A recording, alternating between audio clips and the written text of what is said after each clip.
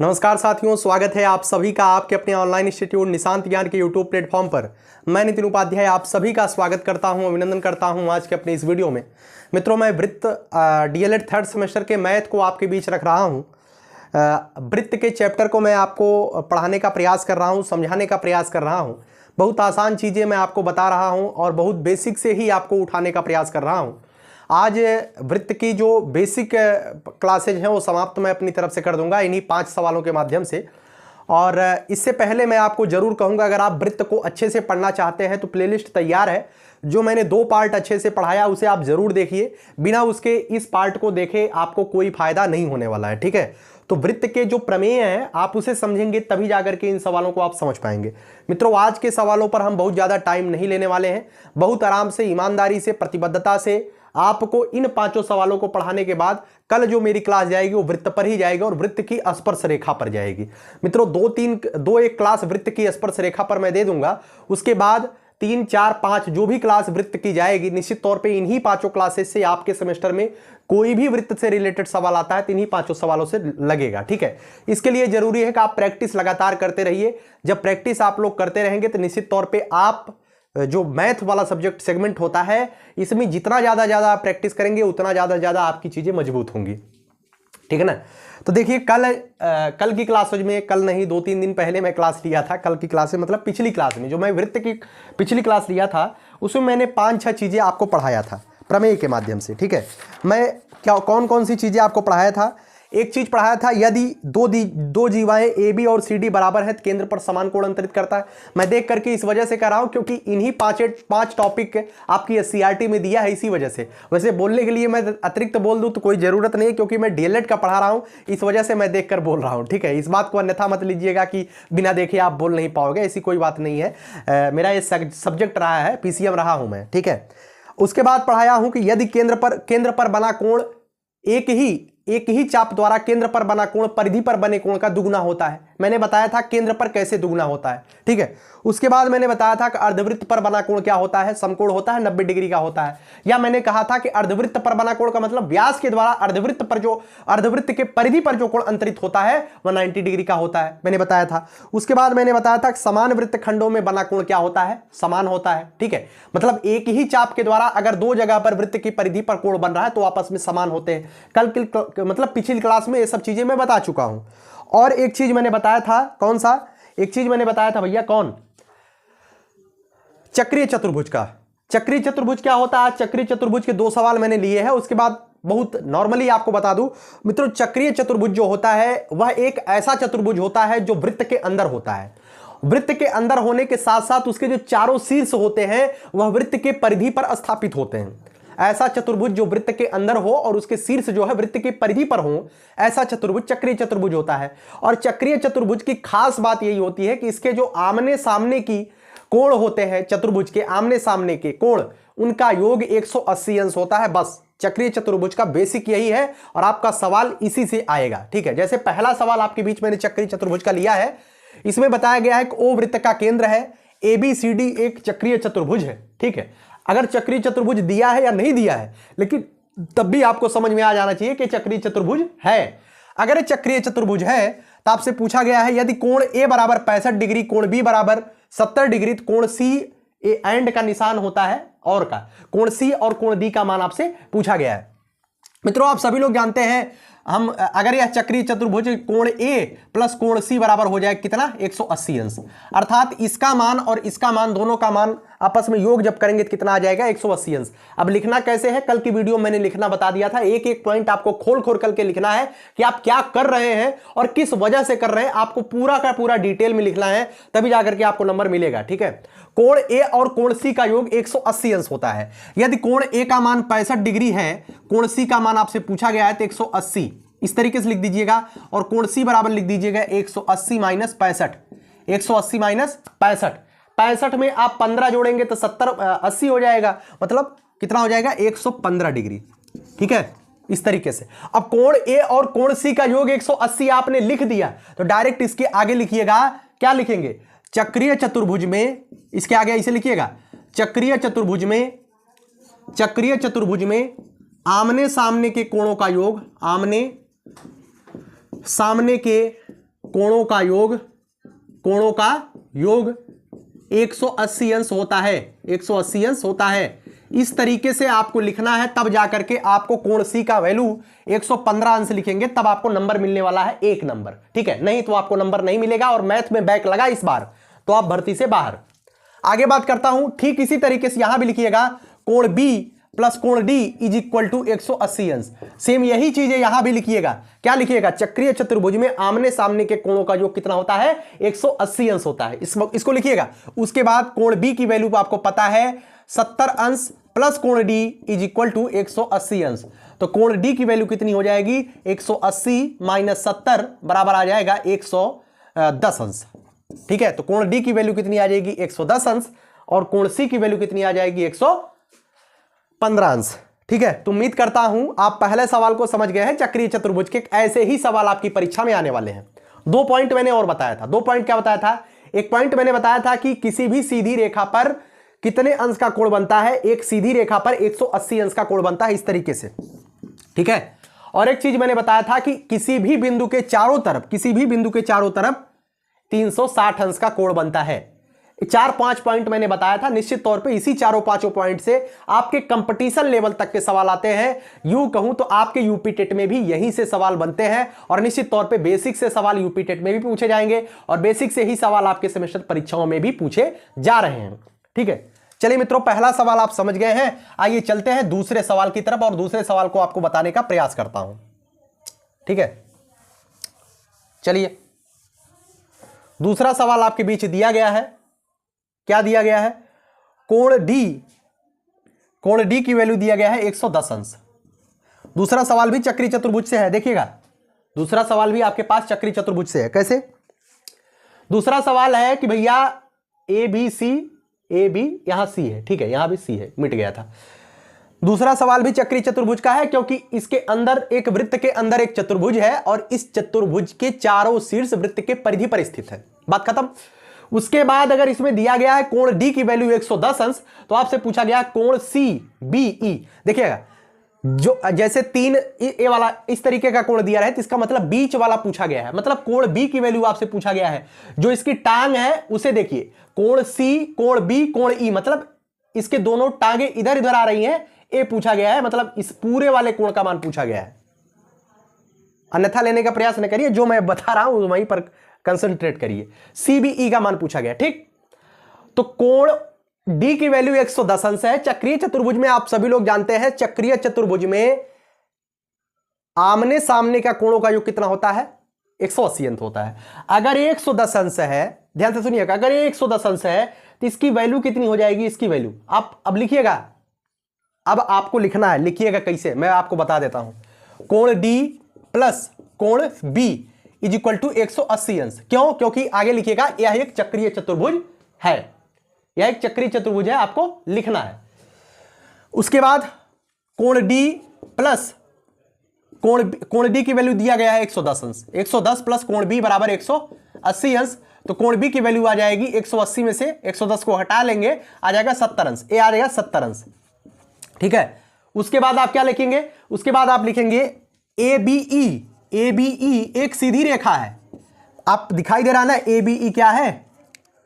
दूसरा मार्कर ले लेता हूं। देखिए, ए दिखाई दे रहा है, ए दिखाई दे रहा है। ए बी ई क्या है? ए बी ई एक सीधी रेखा है और आप सभी लोग जानते हैं, यहां पर लिखिएगा ए बी ए एक सीधी रेखाखंड है। रेखाखंड है। हम जानते हैं एक सीधी रेखा पर 180 अंश का कोण बनता है। एक सीधी रेखा पर 180 अंश का कोण बनता है। ठीक है, तो अगर ये 70 अंश है कोण बी, यहां पर ऐसे लिखिएगा कोण बी प्लस कोण, इस तरीके से लिखिएगा कोण सी बी ए, इस तरीके से कोण सी बी ए प्लस कोण C B E is equal to 180 अंश। समझ रहे कि नहीं समझ रहे? कैसे मैंने लिखा? ए वाला कोण, इसका मान इसका लिखना कैसे लिखेंगे? इसकी दोनों टांगे जहां जहां जा रही है उसे किनारे किनारे पर लिखेंगे और इसको बीच में लिखेंगे। कोण CBA, कोण CBA प्लस कोण CBE इज इक्वल टू 180 अंश, क्योंकि एक सीधी रेखा पर 180 अंश का कोण बनता है, जानते हैं। तो कोण CBA का मान आपको पता है 70 अंश, प्लस कोण CBE का मान निकालना है बराबर 180 अंश। ठीक है, तो कोण CBE की वैल्यू कितनी हो जाएगी, 180 माइनस 70 बराबर 110 अंश। कोई दिक्कत आपको? हमें नहीं लगता है चक्रीय चतुर्भुज के अगर ऐसे सवाल आते हैं तो निश्चित तौर पे आप सभी ऐसे सवालों को कर पाएंगे और आपको तनिक भी कोई समस्या नहीं होने वाली है। ठीक है, चक्रीय चतुर्भुज का बस काम यही है भैया, आमने सामने के मतलब विकर्ण वाले जो कोण होते हैं, आमने सामने का मतलब यही है ना। आमने सामने ऐसा मत समझ लीजिए मैं आमने सामने वर्ड यूज कर रहा हूं, शायद एक गलत वर्ड है कि सही है मुझे नहीं पता, लेकिन इतना समझिए विकर्णवत जो कोण होते हैं, ठीक है, विकर्णवत कोणों का योग 180 अंश होता है। मैं लगातार अभी मैं ध्यान दे रहा हूं कि मैं हमेशा शब्द यूज कर रहा हूं आमने सामने, आमने सामने नहीं, विकर्णवत जो कोण होते हैं उनका योग 180 अंश होता है, ध्यान रखिएगा। आमने सामने तो यार ये वाला हो जाएगा, ये वाला हो जाएगा ना, आमने सामने ये वाला हो सकता है, आप दिमाग लगा सकते हो। ऐसा लगाइए, मेरे मुख से अगर निकल रहा है उसे आप मॉडिफाई कर लीजिए अभी कि विकर्णवत जो कोण होते हैं उनका योग 110 अंश होता है, 180 अंश होता है। ठीक, चलिए दूसरा सवाल समझ में आ गया आपको, है ना। तीसरे सवाल की तरफ आते हैं। तीसरा सवाल आपके बीच दिया गया है। तीसरा सवाल आपके बीच क्या दिया गया है, ये सवाल थोड़ा सा आप दिमाग लगाइए। अगर आपको एक सवाल आता है, निश्चित तौर पे अगर आपको ये सवाल आ रहा है तो आप अच्छी कंडीशन में हैं। ठीक है, दिया गया है ओ वृत्त का केंद्र है, यहां पर देखिए दिखाई दे रहा है ना, ओ वृत्त का केंद्र है, AOC व्यास है, BD जीवा है, BD जीवा है, OB और CD को मिलाया गया। यदि कोण AOB 30 अंश 130 अंश, कोण BDC का मान आपसे पूछा गया, कोण BDC का मान आपसे पूछा गया। चलिए मैं इस सवाल को बताने का प्रयास करता हूं, आपको समझिएगा, पूरी तरीके से समझिएगा। मैं बड़ा सा बना देता हूं इस तरीके से। ठीक,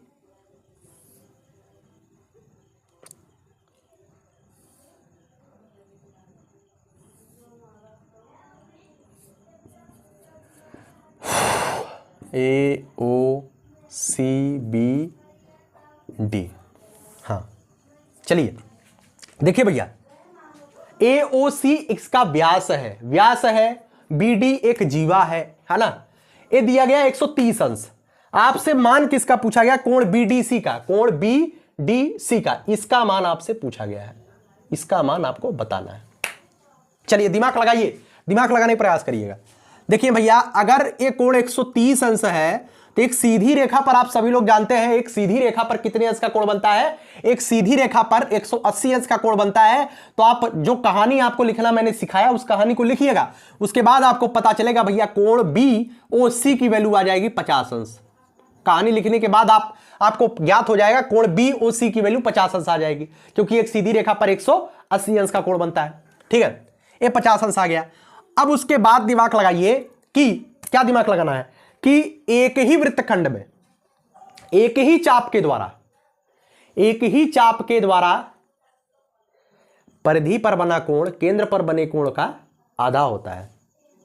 देखिए, एक ही चाप BC के द्वारा, यहां पर लिखिएगा चाप BC के द्वारा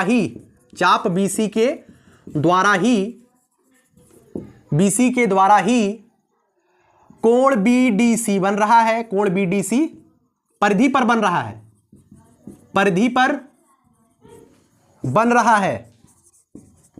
और चाप BC द्वारा ही कोण BOC केंद्र पर बन रहा है। इस वजह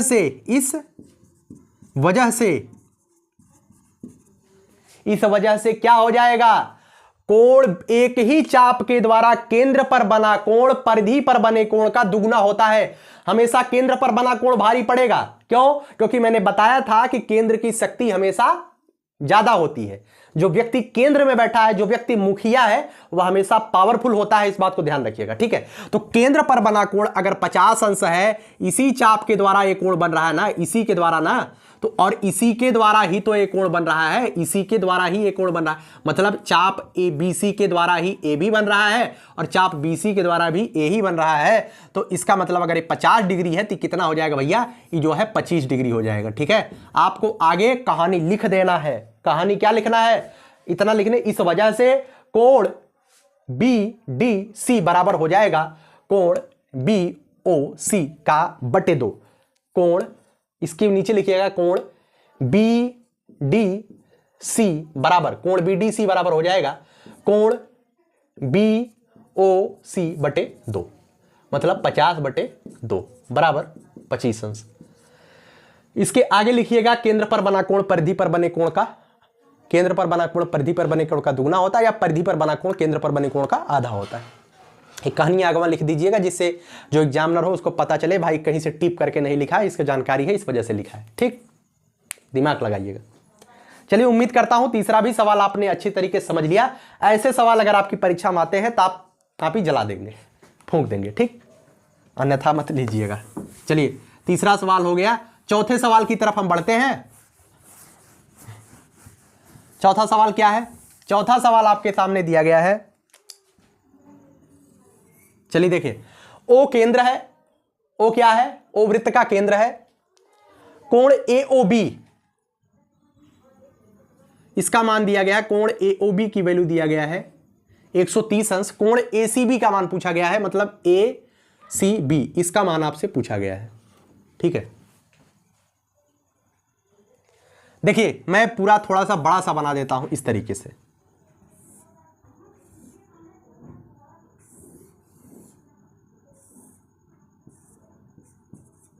ओ ए बी सी। चलिए देखिए, अगर कहा गया है कि ओ वृत्त का केंद्र है, वृत्त के केंद्र से परिधि को मिलाने वाली जो रेखा होती है हम उसको क्या बोलते हैं, वृत्त की त्रिज्या बोलते हैं। पहली पॉइंट, मैंने पहले क्लास में मैंने सब क्लियर किया था कि वृत्त के केंद्र से परिधि को मिलाने वाली रेखा को वृत्त का केंद्र कहते हैं, वृत्त की त्रिज्या कहते हैं, रेडियस बोलते हैं, और रेडियस आपस में हमेशा हमेशा बराबर होती है। तो अगर वृत्त के केंद्र से OB रेखा है, वृत्त के केंद्र से OA रेखा है, तो हम कह सकते हैं OA और OB, OA और OB वृत्त की त्रिज्या है, वृत्त की त्रिज्या है। हम लिख सकते हैं नहीं? अगर वृत्त की त्रिज्या है तो वृत्त की त्रिज्याएं आपस में क्या होती हैं, बराबर होती है, कभी छोटा बड़ा नहीं हो सकती। तो OA बराबर हो जाएगा OB, ठीक है। और इस बात को आप लोग ध्यान रखिएगा कि वृत्त सामने देखिएगा, अगर OA और OB आपस में बराबर हैं, अर्थात यह रेखा इसके बराबर है, यह रेखा इसके बराबर है, 130 नहीं भैया 30 है, ठीक है, 130 नहीं है 30 है। अगर यह रेखा इसके बराबर है, दो रेखाएं अगर आपस में बराबर है तो उनके कोण भी आपस में बराबर होते हैं। सम्मुख कोण अगर बराबर है तो उनके सामने के सम्मुख भुजाएं भी आपस में बराबर होती हैं। पहले ही क्लास में मैंने क्लियर किया था, या दूसरी क्लास में। अगर ये दोनों रेखाएं आपस में बराबर है, अगर ये 30 अंश है तो यह भी 30 अंश का होने वाला है। अगर सम्मुख कोण बराबर है तो उनकी सम्मुख भुजाएं भी आपस में बराबर होती है। पहला पॉइंट नोट करके बड़े बड़े लेटर में लिख के रख लीजिएगा। सम्मुख कोण आपस में अगर बराबर हैं तो उनके सम्मुख भुजाएं भी आपस में बराबर होती हैं। अगर OA और OB बराबर है, कोण A का मान 30 अंश है तो कोण B का मान भी 30 अंश होने वाला है। और आप सभी लोग जानते हैं कि एक त्रिभुज के अंतः कोणों का योग 180 अंश होता है। अगर दो कोणों का योग आपको 30-30 अंश पता है, 30-30 60, तो इसका मान कितना हो जाएगा? कहानी लिखिएगा, कहानी लिखने के बाद ही आपको लिखना है सब कुछ, ठीक है भैया। हाँ, 30-30 60, इसका मान हो जाएगा 120 अंश। 180 में से 60 को घटाएंगे तो 120 अंश। अब कहानी कंप्लीट। कंप्लीट क्या हो गया? एक ही चाप द्वारा वृत्त के केंद्र पर बना कोण वृत्त के परिधि पर बने कोण का 2 गुना होता है।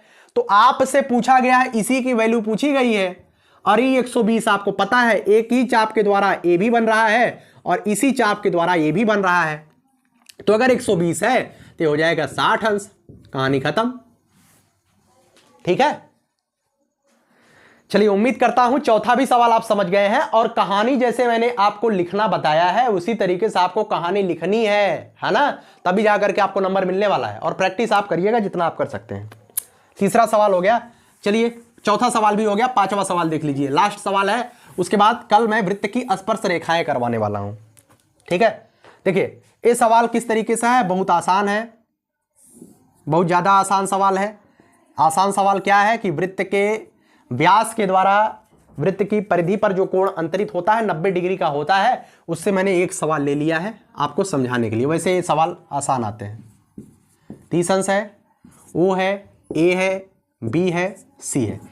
आपसे कहा है कि कोण ए और बी का मान बताना है, कोण ए और कोण बी का मान आपको बताना है। चलिए, आप सभी लोग जानते हैं अगर ओ वृत्त का केंद्र है, ओ वृत्त का केंद्र है, केंद्र से होकर के जाने वाली जो जीवा होती है, या यूं कहें तो केंद्र से होकर के जाने वाली जो लाइन होती है, उसे हम वृत्त का व्यास कहते हैं। और वृत्त के व्यास के द्वारा वृत्त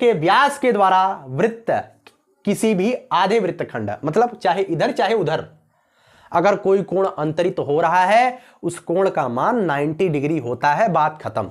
अगर BOC इसका व्यास है तो कोण हमेशा 90 डिग्री का होगा, चाहे यहां रहे, चाहे यहां रहे, चाहे यहां रहे। ठीक है, चाहे यहां रहे, चाहे यहां रहे, चाहे यहां रहे, कहीं भी कोण जो कोण बनेंगे ये आपस में 90 डिग्री के होंगे। ठीक है, अगर ये 90 डिग्री का है, 30 डिग्री का है, तो इसका मान कितना हो जाएगा, कहानी आपको पता है, क्योंकि एक त्रिभुज के तीनों अंतः कोणों का योग 180 अंश होता है। तो अगर ये 90 अंश है, 30 अंश है, तो इसका मान हो जाएगा 9 3 12 120, इसका मान घटा दीजिए 100 मतलब 60 अंश। ठीक है, तो कोण ए और कोण बी का मान 90 अंश, कोण ए का मान और कोण बी का मान 60 अंश हो जाएगा।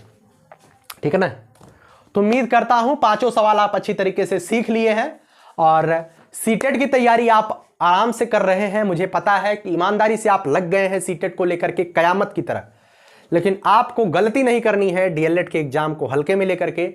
मैथ सेगमेंट इस बार थोड़ा सा मजबूत है, तो मैथ पर आपको ध्यान देना है।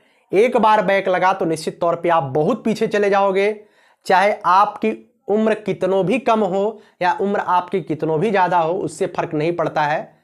आप भर्ती से बाहर हो जाओगे, कहानी खत्म आपकी हो जाएगी। और अगर वैकेंसी इस बार आ गई है ना, और उम्मीद है कि आएगी वैकेंसी, जिस तरीके की प्राइमरी विद्यालय की विफलताएं दिख रही हैं, जिस तरीके के एडमिशंस प्राइमरी विद्यालय में नहीं हो रहे हैं, आप सभी लोग जाते होंगे दूर दूर गाँव में सर्वे वगैरह करने के लिए। अगर आप डाइट के प्रशिक्षु हैं तो आप देख रहे हैं कितने एडमिशंस प्राइमरी में हो रहे हैं। मैं कहता हूं कि यही प्राइमरी विद्यालय की विफलता है। और प्राइमरी विद्यालय की विफलता मतलब प्राइमरी में हर कोई पढ़ाना चाहता है, सरकारी टीचर हर कोई बनना चाहता है, लेकिन उस विद्यालय में अपने बच्चे को नहीं पढ़ाना चाहता है। तो किस तरीके से प्राइमरी विद्यालय आगे रनअप करेंगे? निश्चित तौर पे वो दिन दूर नहीं जब प्राइमरी विद्यालय खात्मे के कगार पे होंगे। कोई भी इस पर ध्यान नहीं दे रहा है, न ही वहां के अध्यापक ईमानदारी से कार्य कर रहे हैं, न ही आप एक प्रशिक्षु के तौर पे वहां जाएंगे तो आप उसकी व्यवस्थाओं को देख रहे हैं। मुझे ये कहने में और समझने में समझाने में कोई गुरेज नहीं है, क्योंकि चीजें चल रही हैं, मार्केट में चल रही हैं, समाज में चल रही हैं, हम ऑब्जर्व कर रहे हैं तो बता रहे हैं।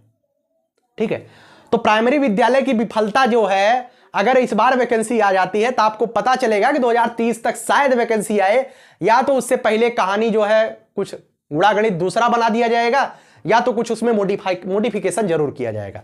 कहीं ना कहीं सुधारने के लिए कुछ ना कुछ कड़ा कदम सरकार की तरफ से जरूर उठाया जाएगा। और यह तय है, अगर प्राइमरी विद्यालय को देश की प्राथमिक जो शिक्षा होती है उसी से जो है देश के कर्णधारों की नींव बनती है कि बच्चा कैसे पैदा होगा, देश कैसा बनने वाला है। ठीक है ना, ये उसी से उत्पन्न होती है। जब वही स्थिति चरमरा जाएगी तो निश्चित तौर पे आगे स्थिति खराब हो जाएगी। गरीब का बच्चा हमेशा गरीब रहेगा। प्राइमरी विद्यालयों को सुधारने के लिए निश्चित तौर पे आने वाले 2-3 साल के अंदर आप देखेंगे, जो मेरा तजुर्बा कहता है, एक कड़ा कानून या कड़ा कदम उठाया जाएगा, क्योंकि इस समय विफलताएं आपको ऑब्जर्व करने को मिल रही होंगी। मेरा कहने का उद्देश्य नहीं कि प्राइमरी विद्यालय खत्म हो रहे हैं, आपको नौकरी नहीं मिलने वाली। कहने का उद्देश्य है कि आपको अगर इस बार वैकेंसी में मौका मिलता है तो आप चौका मार दीजिए, नहीं तो आगे क्या होगा, कैसे होगा, एक कोई नहीं जानता है।